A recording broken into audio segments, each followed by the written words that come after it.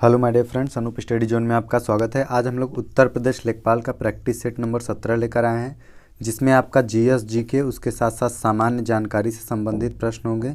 इसमें हम लोगों ने पिछले 16 पार्ट्स को कर चुके हैं। यदि आप लोगों ने अभी तक उन पार्ट्स को नहीं देखा है तो डिस्क्रिप्शन में लिंक मिल जाएगा, आप जाकर के वहाँ से देख सकते हैं। ठीक है, चलिए तो आज हम लोग अपना स्टार्ट करते हैं। आज का हमारा पहला प्रश्न है, भारत में थोक कीमत पर आधारित जो मुद्रास्फीति थी उसकी दर 17 जुलाई 2008 को अपने 13 वर्षों के उच्चतम स्तर पर पहुंच गई। वह कितनी प्रतिशत थी? ठीक है, देखिए हम आपको बता दें कि लेखपाल में आपका लेखपाल का पाठ्यक्रम आ चुका है। उसमें कंप्यूटर और जनरल साइंस दोनों आपके एज अ सब्जेक्ट हैं। उसमें टॉपिक कम्प्लीटली मेंशन किया गया है, तो आपको कंप्यूटर और जो साइंस की क्लासेस है वो भी हमारे चैनल पे मिल जाएंगी, तो आप जाकर के वहाँ पे लेखपाल स्पेशल है देख सकते हैं। ठीक है, चलिए तो ये जो आपकी थोक कीमत में वृद्धि हुई थी कितने प्रतिशत की हुई थी? तो ये हुई थी आपकी 12.05% की थी। ठीक है, चलिए अगला प्रश्न देखिए। अगला प्रश्न दिया हुआ है, जब 2011-12 के बजट में 2011-12 के लिए राजकोषीय घाटा जो था सकल घरेलू उत्पाद का प्रतिशत कितना प्रतिक्षेपित किया गया था? ठीक है, कितना प्रतिक्षेपित किया गया था? तो ये आपका टोटल किया गया था 4.6 पर। ठीक है, कितने पे किया गया था? 4.6 पर। ठीक, चलिए इसके बाद हमारा तीसरा क्वेश्चन है, संघ सरकार के राजस्व आय यानी कि जो आय का है सबसे बड़ा स्रोत कौन सा है? ठीक है, तो संघ सरकार की बात करें तो संघ सरकार में आपका केंद्रीय उत्पाद शुल्क जो होता है वही आपका केंद्र सरकार का यानी संघ सरकार के राजस्व का सबसे बड़ा स्रोत होता है। ठीक है, चलिए अगला प्रश्न देखिए। अगला प्रश्न है आपका, भारत का अनुमानित जो है रक्षा खर्च कितना है? तो भारत का जो रक्षा अनुमानित खर्च है वह सकल घरेलू उत्पाद का 2.5% है। जो स्टॉकहोम आप जानते हैं, स्टॉकहोम अंतर्राष्ट्रीय शांति अनुसंधान, जिसे आप जानते हैं SIPRI के नाम से। ठीक है, ये क्या होता है? ये 2014 के अनुसार 2013 में, किसमें? 2013 में आपका रक्षा व्यय पर 47.4 बिलियन खर्च हुआ था। 2013 में रक्षा व्यय पर आपका 47.7 बिलियन। ठीक है, रक्षा पर आपका 47.7 बिलियन था। यह जीडीपी का लगभग कुल 2.5% था। ये हमारे पूरे जीडीपी का 2.5% था। ठीक है, तो ये रक्षा व्यय के आधार पर विश्व में भारत का 9वां स्थान है। अगर आप रक्षा पे व्यय की बात करें तो भारत का विश्व में 9वां स्थान है। आप यहाँ लिख लीजिए रक्षा व्यय। रक्षा व्यय में भारत का स्थान कितना है?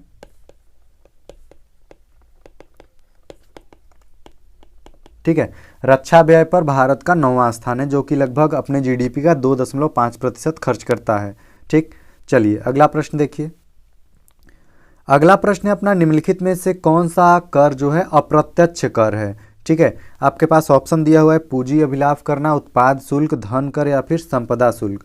तो इसमें से अप्रत्यक्ष कर आपके उत्पाद शुल्क पर लगता है। ठीक है, वह कर जिसे जनता से सीधे नहीं लिया जाता है। आपसे, जनता से यानी हमसे डायरेक्ट कोई कर नहीं लिया जाता है, लेकिन जिसका बोझ आपका प्रकारांतरित रूप से पड़ता है, अप्रत्यक्ष कर कहलाते हैं। ठीक है, देश में तैयार किए गए जो भी वस्तु पर लगने वाला उत्पाद शुल्क होता है, चाहे वो आयात पर हो या फिर आपके निर्यात पर हो, तो इन सभी की जाने वाली वस्तुओं पर लगने वाला जो सीमा शुल्क होता है वो सभी के सभी आपके अप्रत्यक्ष कर में आ जाते हैं। ठीक है, चलिए अगला प्रश्न देखिए।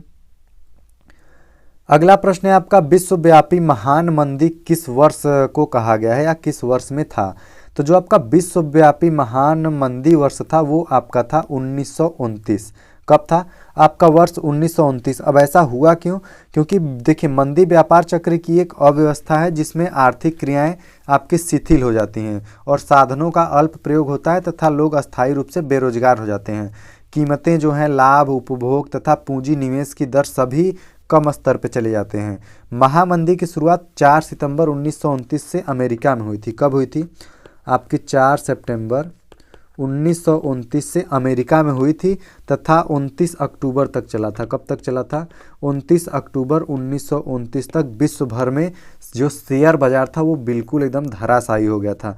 ठीक है, यह शुरू कहाँ से हुआ था? अमेरिका से। ठीक, चलिए अगला प्रश्न देखिए। अगला प्रश्न है आपका, निम्नलिखित में से किस कर की वसूली केंद्रीय सरकार द्वारा नहीं की जाती है। ठीक है, तो देखिए जो केंद्रीय सरकार होती है वह आपकी व्यावसायिक कर को नहीं वसूलती है। ठीक है, जो आपका व्यावसायिक कर को वसूली केंद्रीय सरकार द्वारा नहीं किया जाता है। बाकी जो आपका आयकर है, सीमा शुल्क है, उसके अलावा जो उत्पाद शुल्क है, ये सभी आपका वसूली केंद्रीय सरकार द्वारा किया जाता है। ठीक है, केवल आपका व्यावसायिक कर जो है, व्यावसायिक कर आपका कौन करता है, आपका राज्य सरकार करता है। ठीक, चलिए अगला प्रश्न देखिए। अगला प्रश्न है आपका, निम्नलिखित में से कौन सा समूह केंद्रीय कर से संबंधित है। ठीक है, इसमें से आपको बताना है कौन सा ऐसा समूह है जो केंद्रीय कर से संबंधित है। तो आपका कौन सा ऑप्शन हो जाएगा, ऑप्शन नंबर बी आपका सही हो जाएगा। इसमें आपका उत्पाद शुल्क, सीमा शुल्क तथा आयकर, ये तीनों जो हैं आपके केंद्रीय कर से संबंधित हैं। ठीक है, भारत सरकार के अंतर्गत निम्नलिखित कर हैं। जो भारत सरकार है, भारत सरकार के अंदर आपका आयकर आता है। देख लीजिए, पहला आपका आयकर, दूसरा आप बात करें तो निगम कर जो भी आता है। ठीक है, यह सभी किसके अंतर्गत, भारत सरकार के अंतर्गत। तीसरा आपका सीमा शुल्क हो गया। ठीक है, अगला प्रश्न है आपका, वैट यानी जो वीएटी होता है वह किस पर लगाया जाता है। ठीक है, तो वीएटी आपका उत्पादन और बिक्री के सभी चरणों पर लगाया जाता है। किस पे लगाया जाता है, आपका उत्पादन और बिक्री के सभी चरणों पर लगाया जाता है। वैट होता क्या है, यह कर उत्पादन और वितरण के सभी चरणों के दौरान फर्म द्वारा प्रत्येक वस्तु के मूल्य में जोड़ दिया जाता है। और साधारण शब्दों में यह उत्पादन और वितरण जो होता है प्रक्रिया के प्रत्येक स्तर पर व्यवसाय होने पर प्रायः जो होता है इसकी जो पुनर्बिक्री होती है या फिर जो इसके मूल्य में जोड़े जाने पर इसके मूल्य का निर्धारण होता है, वह भारत में अप्रत्यक्ष मूल्य वर्धित कर होता है, जैसे कि आपका वीएटी। और मूल्य वर्धित कर प्रणाली आपकी कब शुरुआत हुई थी, 1 अप्रैल 2005 में। वीएटी की आपकी शुरुआत कब हुई थी, 1 अप्रैल 2005 में इसकी शुरुआत हुई थी। ठीक है, चलिए अगला प्रश्न देखिए। आपका अगला प्रश्न है, अगला प्रश्न दिया हुआ, निम्नलिखित में कौन सा केवल राज्य द्वारा लगाया जाता है। तो कौन सा कर है जो केवल आपका राज्य द्वारा लगाया जाता है, तो मनोरंजन। ठीक है, मनोरंजन कर जो होता है यह एक अप्रत्यक्ष कर है जिसे भारत में राज्य सरकार द्वारा लगाया जाता है।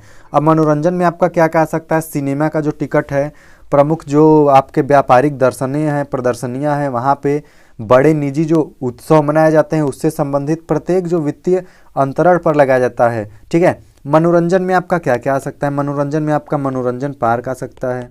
ठीक है, जो बड़े बड़े मनोरंजन पार्क बने हुए हैं, मनोरंजन पार्क। इसके अलावा आपका वीडियो गेम। ठीक है, वीडियो गेम हो गया आपका।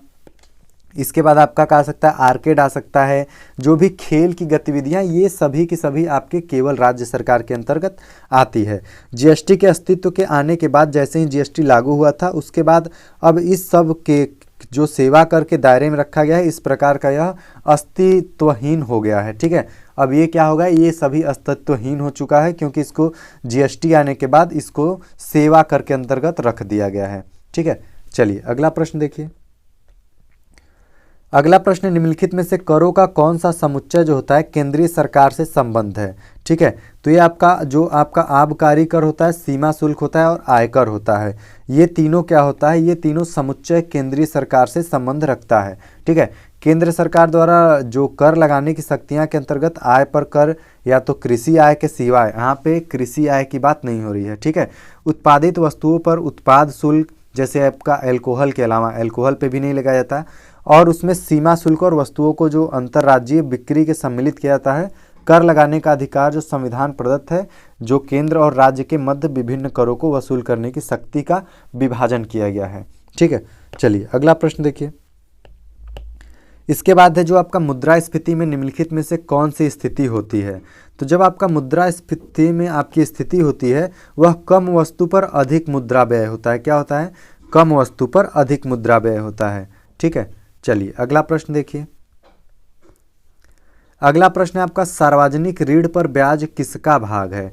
तो सार्वजनिक ऋण पर ब्याज आपका किसका भाग है, सरकार द्वारा अंतरण भुगतान का है। ठीक है, सार्वजनिक ऋण के अंतर्गत 3 प्रकार की देयताएं आती हैं। एक आपका आता है आंतरिक ऋण, दूसरा आप कह सकते हैं विदेशी ऋण, और तीसरा क्या होता है, जो भी अन्य देयताएं होती हैं। ये 3 प्रकार के आपके ऋण होते हैं। ठीक है, चलिए अगला प्रश्न देखिए। अगला प्रश्न है आपका, निम्नलिखित में से कौन सा राजकोषीय नीति का साधक नहीं है। ठीक है, तो जो बैंक दर होता है आपका, ठीक है, जो राजकोषीय आपका बजटरी नीति से आशय सरकार का सार्वजनिक व्यय या फिर जो आपका करारोपण, सार्वजनिक ऋण तथा उसके प्रबंध से संबंधित उन नीतियों से है जिनका प्रयोग सरकार अर्थव्यवस्था में रोजगार, राष्ट्रीय उत्पादन, आंतरिक या बाह्य जो भी आपकी आर्थिक स्थिरता होती है उसके समता आर्थिक जो नीतियां उनके प्रमुख उद्देश्य को प्राप्त करने के लिए करती हैं। ठीक है, बैंक कर का मौद्रिक नीति एक हिस्सा माना जाता है। ठीक, चलिए अगला प्रश्न देखिए। अगला प्रश्न है आपका, निम्नलिखित में से वह वर्ग कौन सा है जिसको मुद्रास्फीति के कारण सबसे कम हानि होती है। तो जो लेनदार होता है, ठीक है, मुद्रास्फीति के कारण सबसे अधिक हानि लेनदार को होती है। क्रय शक्ति में गिरावट के कारण ऋणदाताओं को जो ब्याज तथा मूलधन के रूप में रुपया मिलता है इसकी क्रय शक्ति अत्यंत ही कम होती है, इसलिए ऋणदाता को हानि होती है पर ऋणी को लाभ होता है। जैसे आप कोई सामान आप किसी से उधार लेते हैं, ठीक है, मान लीजिए आप कोई सामान लिए जो कि आपका 100 रुपये किलो उस टाइम पे था, लेकिन अगर आपका मुद्रास्फीति के कारण आपका जो क्रय है वो सब गिरावट आता है, तो गिरावट आने से क्या होगा, उसके मूल्य 40 रुपये किलो हो जाएगा। अगर वो आपसे 10 किलो लिया है तो 1000 हुआ, लेकिन अगर आपको लौटाएगा उस समय में तो कितने का हो जाएगा, केवल आपका 40 दाम में 400, यानी कि घाटा किसको हुआ, घाटा आपका ऋण देय को हुआ, जो भी आपका उधार या ऋण देता है। ठीक है, चलिए अगला प्रश्न देखिए। अगला प्रश्न है, मुद्रास्फीति किस कारण से होती है। तो इसका आपका कारण क्या है, तो इसमें होता है मुद्रा पूर्ति में वृद्धि से। ठीक है, जब भी स्फीति बढ़ने का पहला अंत एवं मूल कारण क्या होता है कि मुद्रा की जो पूर्ति होती है बढ़ जाती है, जिससे समस्त मांग भी आपकी बढ़ जाती है। नगद जो मुद्रा पूर्ति की वृद्धि दर जितनी अधिक होगी स्फीति भी दर की उतनी अधिक होगी। ठीक है, चलिए अगला प्रश्न देखिए। अगला प्रश्न है आपका, मुद्रास्फीति को अस्थायी तौर पर नियंत्रित करने के लिए निम्नलिखित में से किसका प्रयोग किया जाता है। तो ये आपका मुद्रा आपूर्ति की कमी का। ठीक है, जब भी देखिए जो आपके मुद्रास्फीति को अस्थायी तौर पर रोकने के लिए जो मुद्रा आपूर्ति में कमी का प्रयोग किया जाता है वह आपका संकोचक मौद्रिक नीति के द्वारा किया जाता है। जैसे आपका बैंक दर में वृद्धि हो सकता है, खुली बाजार की क्रियाएं जैसे आपका CRR होता है, आपका SLR में वृद्धि, स्फीति संवेदनशील वस्तुओं के संबंध में जो आपका मार्जिन बढ़ाना होता है, या फिर आपका किसी विदेशी विनिमय दर में वृद्धि हो जाए, आपका बढ़ते विदेश विनिमय कोष के आपका जो स्फीति या मुद्रा की पूर्ति में वृद्धि लाने वाले प्रमुख प्रभाव जो होते हैं उनको निरस्त करना। इन्हीं कारण क्या होता है जो आपकी मुद्रा आपूर्ति में होती है कमी होती है। ठीक, चलिए अगला प्रश्न देखिए। अगला प्रश्न आपका दिया है, यदि धन यानी कि जो मुद्रा है बहुत अधिक हो और माल बहुत कम हो तो वह स्थिति में क्या होता है। तो उस स्थिति में आपका क्या होता है, मुद्रास्फीति होता है। ठीक है, मुद्रा की क्रय जो शक्ति होती है तब धीरे धीरे घट जाती है, यानी कि पैसे की वैल्यू कम हो जाती है, उसकी पूर्ति बढ़ जाती है। अतः जो आपका मुद्रा की जो पूर्ति है उसको बढ़ने को प्रायः मुद्रा प्रसार या स्फीति कहते हैं। इस अवस्था में उत्पादन मुद्रा की अपेक्षा कम रहती है। उत्पादन क्या होता है, कम होता है, लेकिन आपका जो मुद्रा होता है उसकी जो उत्पादन होता है वो ज़्यादा होता है। ठीक है, चलिए अगला प्रश्न देखिए। अगला प्रश्न है आपका, मुद्रास्फीति के समय के दौरान पर की दरों में निम्नलिखित में से क्या होगा। ठीक है, तो इस समय पे क्या होगा, वृद्धि होगा। ठीक है, जब भी मुद्रा है आपकी स्फीति काल के मूल्य में वृद्धि के कारण सरकार का खर्च बढ़ जाता है, अतः सरकार को अपनी आय बढ़ाने के लिए पुरानी करों में जो पुराना कर या पुराना टैक्स ले रहे हैं उनमें उनको वृद्धि कर जानी पड़ती है और कुछ नए कर लगाने पड़ जाते हैं। ठीक है, चलिए अगला प्रश्न देखिए। अगला प्रश्न है आपका, मुद्रास्फीति को रोका जा सकता है। मुद्रास्फीति जो है उसको कैसे रोका जा सकता है। तो इसमें मुद्रा की जो है पूर्ति को घटा करके। फ्रीडमैन के अनुसार जो मुद्रास्फीति एक मौद्रिक प्रतिमास है और यह उत्पादन की तुलना में मुद्रा की मात्रा अत्यधिक वृद्धि के कारण उत्पन्न होता है। अब मुद्रा की पूर्ति घटाकर आप इसे क्या कर सकते हैं, मुद्रास्फीति को रोक सकते हैं। ठीक है, चलिए तो आज के लिए बस इतना ही। अगर आपको क्लास अच्छा लगा हो तो लाइक करें, कमेंट करें, शेयर करें। अगर आपने चैनल को अभी तक सब्सक्राइब नहीं किया है तो चैनल को सब्सक्राइब करना ना भूलें। आज के लिए बस इतना ही, मिलते हैं अगले वीडियो में, तब तक के लिए धन्यवाद।